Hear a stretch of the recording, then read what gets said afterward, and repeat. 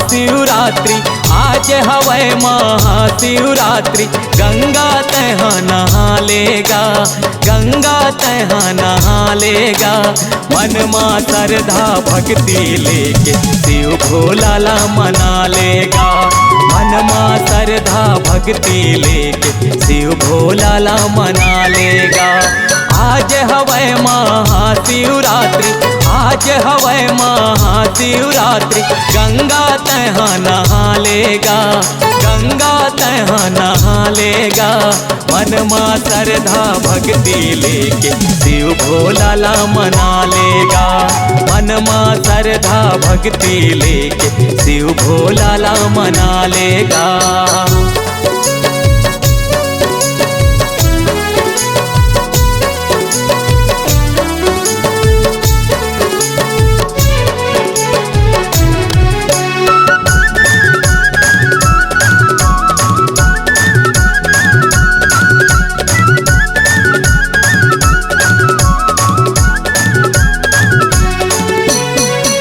निरंजन अवघड़ दानी भोला सबके गुरु है।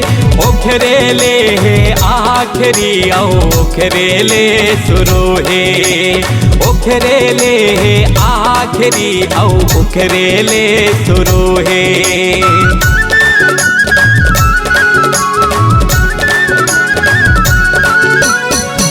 निरंजन अवघड़ दानी भोला सबके गुरु है। ओखरे ले है आखिरी ओखरे ले शुरू है। ओखरे ले है आखिरी ओखरे ले शुरू है। दानी मदानी अवघड़ दानी, दानी मदानी अवघड़ दानी। शिव के महिमा लगा लेगा, शिव के महिमा लगा लेगा। मन माँ श्रद्धा भक्ति लेके शिव भोला ला मना लेगा। मन माँ श्रद्धा भक्ति लेके शिव भोला ला मना लेगा।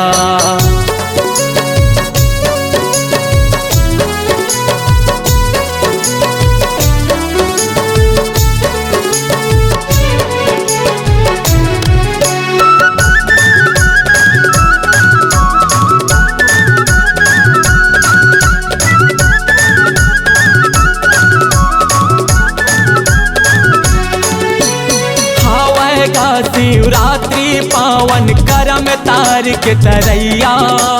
शिव भोला के पूजा कर ले ए मोर दीदी भैया।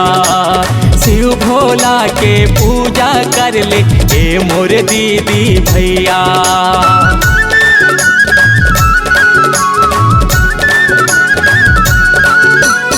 आवेगा शिवरात्रि पावन करम तार के तरैया। शिव भोला के पूजा कर ले ए मोर दीदी भैया। शिव भोला के पूजा कर ले ए मोर दीदी भैया।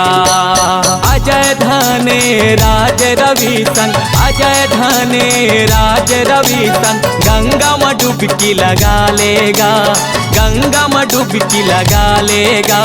मन माँ श्रद्धा भक्ति लेके शिव भोला ला मना लेगा। मन माँ श्रद्धा भक्ति लेके शिव भोला ला मना लेगा।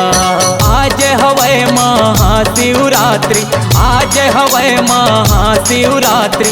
गंगा तैहा नहा लेगा, गंगा तैहा नहा लेगा।